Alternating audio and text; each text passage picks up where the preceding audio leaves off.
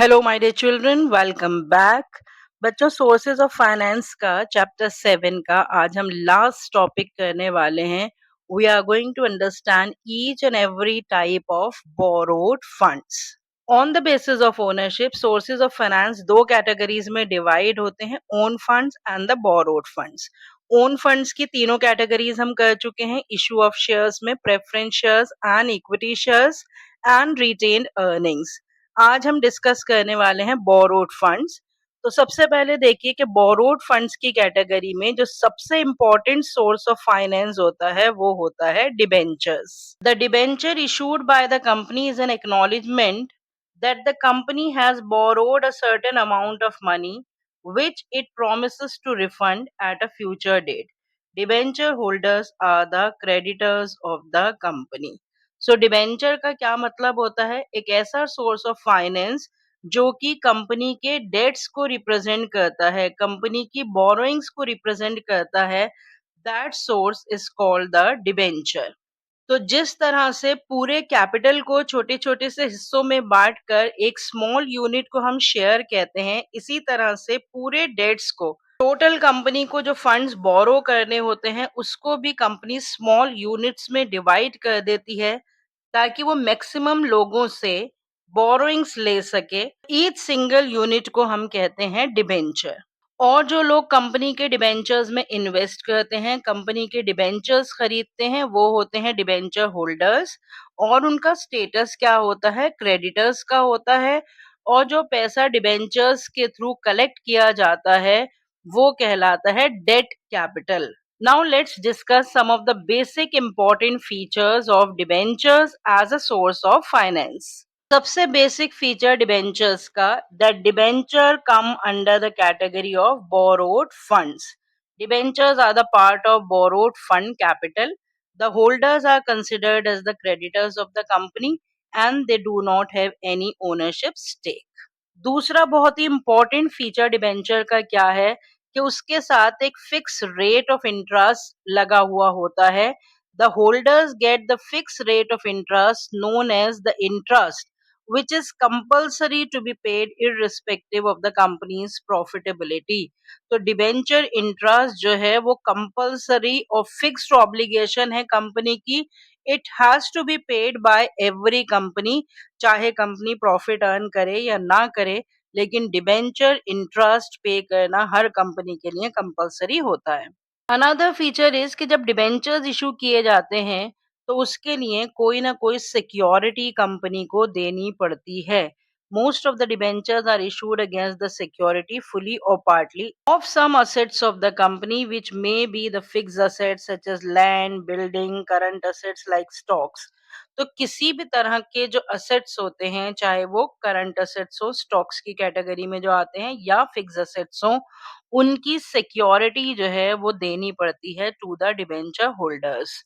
इस सिक्योरिटी के बिना मोस्टली डिबेंचर्स इशू नहीं होते हैं, इसीलिए इनको सिक्योर्ड डिबेंचर्स कहा जाता है। और ये सिक्योरिटी क्यों देनी पड़ती है? ताकि जो डिबेंचर होल्डर्स जो लोन प्रोवाइड करते हैं कंपनी को, अगर कंपनी उनका लोन अमाउंट एक पर्टिकुलर ड्यूरेशन पे नहीं लौटा पाती या जो इंटरेस्ट उस पे फिक्स्ड ऑब्लिगेशन है उसे नहीं पे कर पाती, तो डिबेंचर होल्डर्स के पास ये राइट होता है कि वो फिक्स्ड असेट्स जिसकी सिक्योरिटी उन्हें दी गई है या कोई से भी करंट असेट्स जिसकी सिक्योरिटी उन्हें दी गई है, उनको बेचकर वो अपना अमाउंट रिकवर कर सकते हैं। फिर उसके बाद रिडेम्पशन की अगर हम बात करें तो डिबेंचर्स आर रिडीम्ड और paid back on the expiry of some specified period of time which is offered at the time of issue of debenture in the debenture deed. तो डिबेंचर्स एक स्पेसिफाइड पीरियड ऑफ टाइम के लिए issue किए जाते हैं और उस time के पूरा होते ही वो रिडीम किए जाते हैं। रिडीम का मतलब पेड बैक। डिबेंचर होल्डर्स का पैसा कंपनी को on the maturity of that period, जिस पीरियड के लिए वो इशू किए गए थे, वापस लौटाना पड़ता है। Another feature is debenture holders do not have the voting rights. अभी हमने पहले फीचर में देखा था कि वो बोरोड फंड्स की कैटेगरी में आते हैं और कोई ओनरशिप स्टेक नहीं होता है। तो डिबेंचर होल्डर्स क्योंकि क्रेडिटर्स होते हैं, ओनर्स नहीं होते हैं, तो उनके पास कोई वोटिंग राइट भी नहीं होता है to participate in the management of the company because they don't have any ownership stake. Last but not the least is priority on the repayment. they have the priority over the shareholders in the matter of repayment in the event of winding up of the company. Winding up of the company के time अगर company बंद होती है तो debenture holders को पहले पैसा लौटाया जाता है और फिर शेयर होल्डर्स को पैसा लौटाया जाता है, और उसमें भी हमने डिस्कस कर रखा है ऑलरेडी कि प्रेफरेंस शेयर होल्डर्स को पहले पैसा लौटाया जाता है और इक्विटी शेयर होल्डर्स को सबसे लास्ट में पैसा लौटाया जाता है। तो रीपेमेंट के टाइम सबसे ज्यादा प्रायोरिटी अगर किसी को मिलती है तो वो मिलती है डिबेंचर होल्डर्स को। So these are the very basic features जिससे आप डिबेंचर्स के नेचर को अंडरस्टैंड कर सकते हैं। अब डिस्कस करते हैं the basic differences between the shares and the debentures. Shares as a source of finance and debentures as a source of finance, दोनों के फीचर्स हम ऑलरेडी डिस्कस कर चुके हैं, तो अब ये डिफरेंस अंडरस्टैंड करना हमारे लिए बहुत ही आसान हो जाएगा। ओनरशिप कैपिटल होता है शेयर्स, और डिबेंचर्स जो है not the part of the ownership capital, क्योंकि डिबेंचर होल्डर्स जो हैं वो लोन प्रोवाइडर्स होते हैं, they are the creditors of the company. Status, the holders of the shares are the owners of the company and the holders of the debentures are the creditors of the company. Voting right, shareholders have the voting right, debenture holders do not have the voting right. जो returns दिए जाते हैं share holders को dividend के form में दिए जाते हैं और डिबेंचर होल्डर्स को इंटरेस्ट के फॉर्म में दिए जाते हैं। कंट्रोल की अगर हम बात करें तो share holders have the control over the management of the company, they have the voting right, debenture holders do not have the control on the management of the company. Redemption वो भी हम already discuss कर चुके हैं, shares are not redeemable but debentures are redeemable. Payment of interest and dividend, जो dividend share holders को pay किया जाता है वो फ्लक्चुएट करता है, लेकिन इंटरेस्ट जो है वो फिक्स रेट पे दिया जाता है, वो फ्लक्चुएट नहीं करता है। Charge over the assets, share holders have no charge on the assets of the company, जब शेयर्स इशू किए जाते हैं तो किसी भी सिक्योरिटी के अगेंस्ट इशू नहीं किए जाते। Debenture holders have the charge on the assets of the company, क्योंकि debentures against the security of the assets issue किए जाते हैं। आई होप ये सारे डिफरेंसेस आपको बहुत अच्छे से क्लियर हो गए होंगे, क्योंकि हम शेयर्स और उसके फीचर्स, डिबेंचर्स और उसके फीचर्स ऑलरेडी डिस्कस कर चुके हैं। Now let's move on to another category of funds under the category of borrowed funds. Bonds, bonds और डिबेंचर्स में बच्चों ज्यादा डिफरेंस नहीं होता है। Bonds are also the instruments for raising long term finance and they also represent the debts of the issuing company. जो bonds खरीदते हैं वो इन्वेस्टर्स, उनको भी रेगुलर इंटरेस्ट दिया जाता है ऑन द बॉन्ड्स, और जब उन बॉन्ड्स की मैच्योरिटी होती है तो उनका प्रिंसिपल अमाउंट लौटा दिया जाता है। तो जो बॉन्ड्स होते हैं वो भी बोरोड फंड्स की कैटेगरी में आते हैं। They are issued by the government and the large companies. Bond ज्यादातर गवर्नमेंट या लार्ज कंपनीज इशू करती हैं। इस पर भी रेगुलर और stable interest, fix rate of interest दिया जाता है। इसको भी against the security of certain assets issue किया जाता है। और जो बॉन्ड्स होते हैं वो कई तरह के होते हैं, जैसे corporate bonds, municipal bonds and government bonds. तो जो बेसिक डिफरेंस आपको याद रखना है between the bonds and the debentures, ये वाला पॉइंट जो है वो इम्पोर्टेंट है, that bonds are issued by the government and the large corporations, और जो डिबेंचर्स होते हैं वो ज्यादातर प्राइवेट कंपनीज इशू करती हैं। Now, another important source of finance under the category of the borrowed funds is loans from financial institutions. Financial institutions हम किसे कहते हैं? The government has established the number of financial institutions all over the country to provide finance to the business organizations. These institutions also provide guidance, technical and managerial assistance to the people. This source of finance is considered suitable when the large funds for the longer duration are required for the purpose of expansion, for the purpose of reorganization and modernization of the enterprise. तो जब longer duration के लिए और large amount of funds चाहिए होते हैं तो financial institutions से कंपनीज पैसा लेती हैं। और क्योंकि फाइनेंशियल इंस्टीट्यूशंस जो है वो डेवलपमेंट में हेल्पफुल होती हैं कंपनीज की और कंट्री की, इसीलिए इनको डेवलपमेंट बैंक्स भी कहा जाता है। And the next is loans from the commercial banks. तो जिस तरह कंपनीज फाइनेंशियल इंस्टीट्यूशन से लोन ले सकती हैं, उसी तरह से कंपनीज कमर्शियल बैंक से भी बोरो कर सकती हैं। Commercial bank can be defined as a financial institution which perform the functions of accepting deposits, granting loans and making investments with the purpose of earning the profits.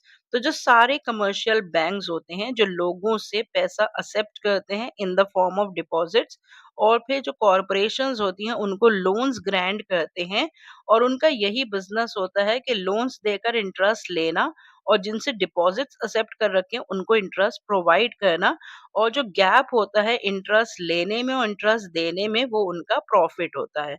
So just like the financial institutions there are so many commercial banks also जिनसे companies जो है funds बोरो कर सकती हैं। तो ये भी एक बहुत ही इम्पोर्टेंट सोर्स ऑफ फाइनेंस है जो कि बोरोड फंड्स की कैटेगरी में आता है। फीचर्स इसके क्या हैं कि ये short term source of finance होता है। Collateral security, a loan may be either secured or unsecured depending upon the circumstances।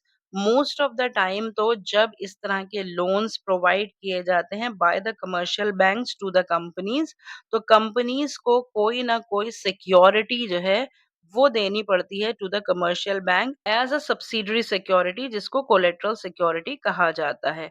उसके बाद इंटरेस्ट देना पड़ता है कंपनीज को। The interest charge by the bank on such a loan may be either fixed और variable. कई तरह के इंटरेस्ट रेट की स्कीम्स होती हैं, फिक्स्ड और वेरिएबल स्कीम्स होती हैं। फिक्स्ड में इंटरेस्ट रेट फिक्स रहता है और वेरिएबल में इंटरेस्ट रेट फ्लक्चुएट होता रहता है, लेकिन इंटरेस्ट पेमेंट कंपलसरी होती है। And last but not the least is regarding the fees. जब इस तरह के लोन्स कंपनीज लेती हैं कमर्शियल बैंक से, तो जो बोरोइंग कंपनीज होती हैं they have to pay the number of fees such as searching fees, application fees, inspection fees. तो ये जो लोन की फॉर्मेलिटीज से रिलेटेड बहुत सारी फीस होती है जो कि कमर्शियल बैंक्स फिक्स करते हैं, वो सारी फीस जो है वो कंपनीज को देनी पड़ती हैं टू द कमर्शियल बैंक्स। सबसे इम्पोर्टेंट फीचर है loans from the commercial banks, वो है कि इस तरह के कमर्शियल बैंक से शॉर्ट टर्म और medium term source of finance obtain करती हैं companies. Another very important source is the public deposits. The deposits that are raised by the business organizations directly from the public are known as public deposits. Any person who is interested in depositing money in the organization can do so by filling up the form. The rate of interest on the public deposit is higher than the rate of interest on the bank deposits. The cost of deposit of the company is less than the cost of borrowings from the banks. The maximum time period for the deposit is 3 years. ये maximum time period है, इसका मतलब 1 साल से 3 साल तक के public deposits जो हैं वो इशू किए जा सकते हैं, जिसके लिए पब्लिक अप्लाई कर सकती है। तो ये भी मीडियम टर्म या short term source of finance माना जाएगा। The acceptance of the public deposit is regulated by the Reserve Bank of India. तो आप देख सकते हैं कि इसी पर्टिकुलर पैराग्राफ में सारे फीचर्स आ गए पब्लिक डिपॉजिट्स के भी, कि जहां पर पैसा डायरेक्टली पब्लिक से रेज किया जाता है उसे कहते हैं पब्लिक डिपॉजिट, और कोई भी person, any person of the public इस तरह के पब्लिक डिपॉजिट्स में अपना पैसा इन्वेस्ट कर सकता है। Rate of interest public deposits पे काफी हाई होता है। Cost of issuing these deposits जो है वो कम होता है, और जो ड्यूरेशन होती है पब्लिक डिपॉजिट्स की वो 1 से 3 साल तक की होती है, तो इसको शॉर्ट टर्म और medium term source of finance माना जाएगा। और सबसे इम्पोर्टेंट फीचर कि public deposits are regulated by the Reserve Bank of India. Now let's discuss the last but not the least source of finance, that is the intercorporate deposits. Intercorporate deposit is a deposit made by one company with another company for a short period, say 6 months. तो जब किसी एक company को पैसे की जरूरत होती है तो वो दूसरी कंपनी से शॉर्ट टर्म लोन जो है वो उठा सकती है, and such type of a deposits which are made by one company to another company। तो क्योंकि एक कंपनी दूसरी कंपनी को डिपॉजिट कर रही है तो इसीलिए इसको कहा जाता है इंटर कॉर्पोरेट डिपॉजिट्स। इसके सिंपल फीचर्स डिस्कस कर लेते हैं। ये short term source of finance है, इसके लिए किसी इंटरमीडियरी या कमीशन एजेंट की जरूरत नहीं पड़ती है, इसके लिए कोई असेट्स गिरवी नहीं रखने पड़ते हैं। ये अनऑर्गेनाइज्ड मार्केट की कैटेगरी में आता है, मतलब ये ऑर्गेनाइज्ड ट्रांजैक्शंस नहीं होती हैं। इस तरह के इंटर कॉर्पोरेट डिपॉजिट्स के लिए कोई ऑर्गेनाइज्ड मार्केट्स नहीं होती हैं। लो रेटेड फर्म्स जो हैं वो इस तरह के डिपॉजिट्स को प्रेफर करती हैं because of the very high rate of interest. तो अगर कोई कंपनीज इस तरह के डिपॉजिट्स लेती हैं दूसरी कंपनीज से तो उनको काफी हाई रेट ऑफ इंटरेस्ट देना पड़ता है। इसीलिए ये बहुत ही कॉमन फीचर नहीं है, ये बहुत ही कॉमन टाइप ऑफ ट्रांज़ैक्शंस नहीं है। बहुत ही लो रेटेड फर्म्स जो हैं वो इस तरह के इंटर कॉर्पोरेट डिपॉज़िट्स पे डिपेंडेंट होती हैं या स्पेशल सर्कमस्टांसेस में उन्हें एक्सेप्ट करती हैं और इस तरह के पब्लिक डिपॉज़िट्स में जो लीगल फॉर्मेलिटीज़ होती है वो ना के बराबर होती हैं या नहीं होती हैं। So no legal formalities are required for the inter corporate deposits. एक और short term source of finance जो बीच में रह गया जिसे हम डिस्कस नहीं कर पाए, उसको हम डिस्कस कर लेते हैं, that is the trade credit. Trade credit means the credit extended by the sellers to the buyers. जब क्रेडिट ट्रांजैक्शंस होती हैं between the buyers and the sellers, तो जो टाइम पीरियड पेमेंट के लिए अलाउ किया जाता है that is called the trade credit. तो ये बहुत ही short term source of finance होता है जिसमें सेलर बायर को ये अलाउ करता है that the buyer can make the payment after few months. ये बहुत ही कन्वीनियंट सोर्स ऑफ फाइनेंस होता है, ये बहुत ही regularly used source of finance होता है। इसमें भी कोई भी असेट्स गिरवी नहीं रखे जाते और इस तरह का source of finance readily available होता है और जहाँ कंपनीज की क्रेडिट वर्दिनेस अच्छी होती है, उन कंपनीज को आसानी से क्रेडिट मिल जाता है। तो बच्चों हमने सारे सोर्सेज ऑफ बोरोड फंड्स भी डिस्कस कर लिए हैं और अब हमारा chapter sources of business finance पूरा कंप्लीट हो गया है। ओन फंड्स और बोरोड फंड्स के जो भी सोर्सेज हमने डिस्कस करे हैं, उसके आपको सिर्फ कॉन्सेप्ट अंडरस्टैंड करने हैं। जब हम क्वेश्चन आंसर्स डिस्कस करेंगे तो आपको क्लियर हो जाएगा कि किस तरह से इन सारे टॉपिक्स से एमसीक्यूज या डायरेक्ट क्वेश्चंस या केस स्टडीज पूछी जा सकती हैं और उसे आपको कैसे आंसर करना है। तो आप सोर्सेज ऑफ फाइनेंस से रिलेटेड सारे वीडियो लेक्चर्स देख लेंगे ताकि पूरा चैप्टर आपको बहुत अच्छे से समझ में आ जाए। नेक्स्ट वीडियो लेक्चर में हम डिस्कस करेंगे chapter 8 small business and entrepreneurship. So see you next time with a discussion of chapter 8. Till then, goodbye. Stay healthy and connected.